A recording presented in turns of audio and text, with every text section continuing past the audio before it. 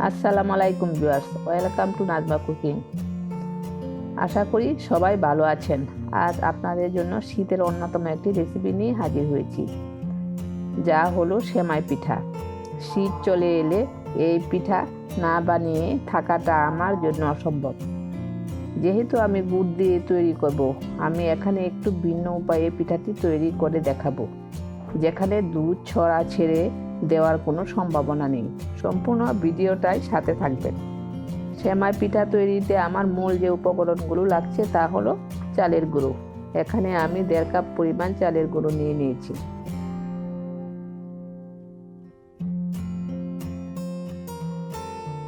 আর লাগছে গুড় 1 কাপ পরিমাণ। এখানে প্রয়োজনের বেশি পরিমাণ গুঁড়ো নিয়ে নিতে পারেন। আর লাগছে নারিকেল কুচি। এখানে আমি 1 কাপ পরিমাণ নারিকেল কুচি নিয়ে নিয়েছি। আর সেমাই তৈরিতে অবশ্যই দুধ লাগবে, যা আমি চুলোতে দিয়ে দিব।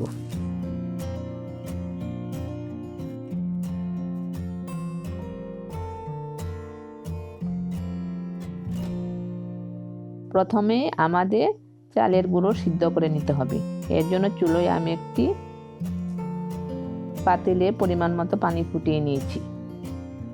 এবারে এখানে চালের গুঁড়ো ঢেলে দিব এবং সাথে সাথে নেড়ে নেব।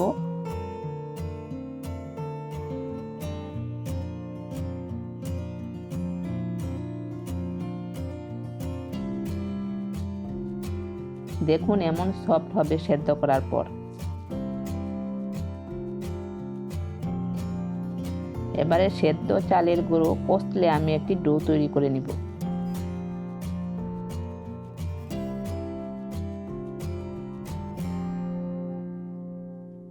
ডোটা রেডি হয়ে গেছে। দেখুন কেমন সফট হয়েছে। এই ডোটার সফটনেস সেমাই পিঠার জন্য পারফেক্ট। এ পর্যায়ে এখানে আমি একটি রুটি বেলে নেওয়ার পিঁড়ি নিয়ে নিয়েছি। প্রথমে পিঁড়িতে সামান্য আটার গুঁড়ি ছড়িয়ে নিব। এরপর ডো থেকে সামান্য ডো নিয়ে হাত দিয়ে রোল করে অনেকটা লম্বা করে নিব।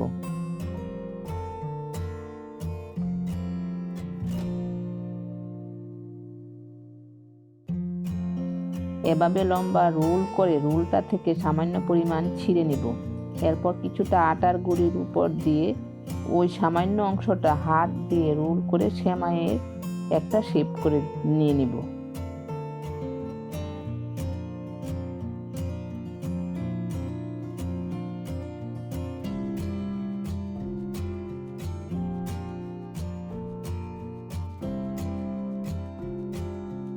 সেমাই পিঠার এই প্রসেসটা কমন, আমি আরও ভালোভাবে দেখিয়ে দিচ্ছি। এভাবে পুরো ডোটা থেকেই এমনই সেমাই করে নিতে হবে।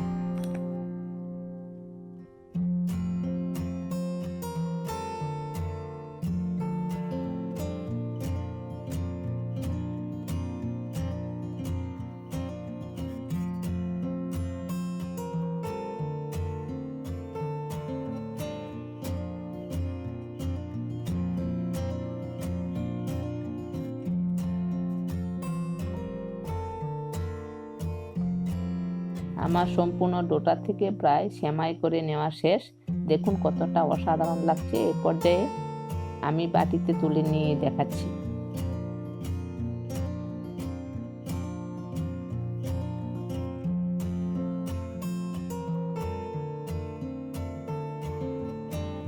এবারে পরবর্তী ধাপের পালা, যা হলো গুড় জাল করা। গুড় জাল করে নেওয়ার জন্য এখানে আমি একটি পাতিলে পরিমাণ মতো পানি নিয়ে সামান্য গরম করে নিয়েছি। এবারে আমি এর মধ্যে গুড়গুলি দিয়ে দিব। এখানে আমি 1 কাপেরও বেশি গুড় জাল করে নিচ্ছি। এবারে গুড়গুলো মিডিয়াম আঁচে প্রায় 15 থেকে 20 মিনিট পর্যন্ত জাল করে নিব।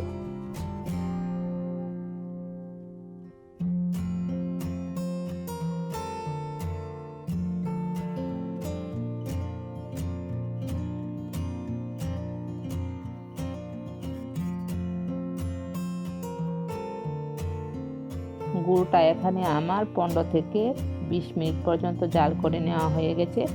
এবারে গুড়টা উঠিয়ে চুলোয় আমি একটি প্যান বসিয়ে নিব।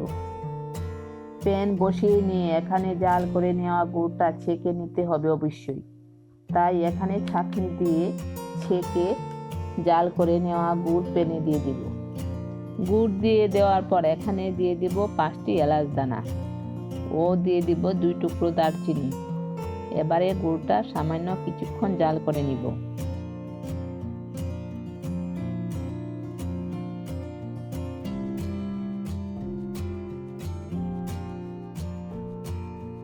সামান্য জাল করে এ পর্যায়ে আমি বানিয়ে নেওয়া সেমাইগুলা ধাপে ধাপে গুঁড়ে দিয়ে দিব।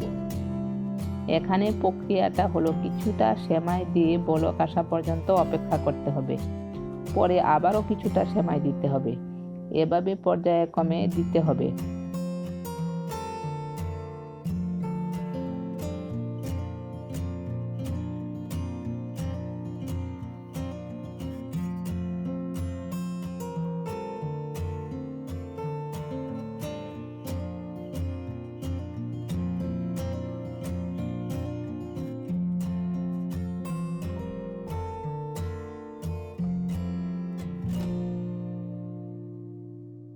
এবারে এর মধ্যে আমি নারিকেলগুলো দিয়ে দিব।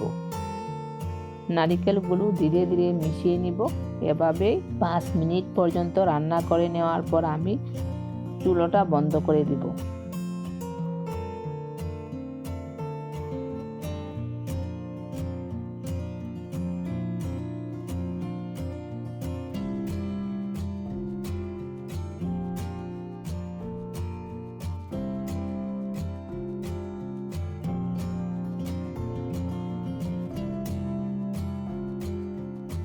এবারে শুধু দুধ দেওয়ার পালা, তবে এর আগে এই সেমাইটা আমি 10 মিনিট ঠান্ডা করে নিব।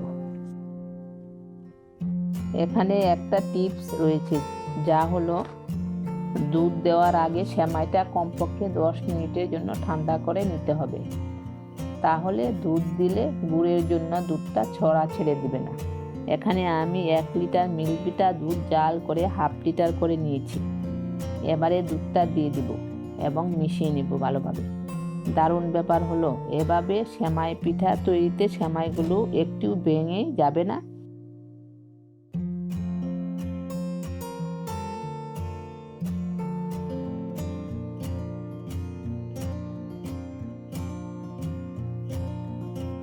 দেখুন সেমাইগুলা একদম ভেঙে যায়নি। এবারে পরিবেশন করে নিব।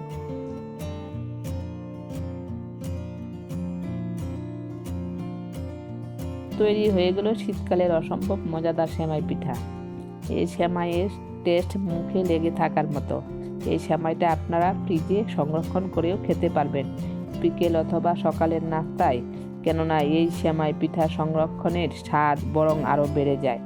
আশা করি সবার ভালো লেগেছে। আজ এ পর্যন্তই। আপনারা সবাই ভালো থাকবেন, আমার জন্য দোয়া করবেন। আল্লাহ হাফেজ।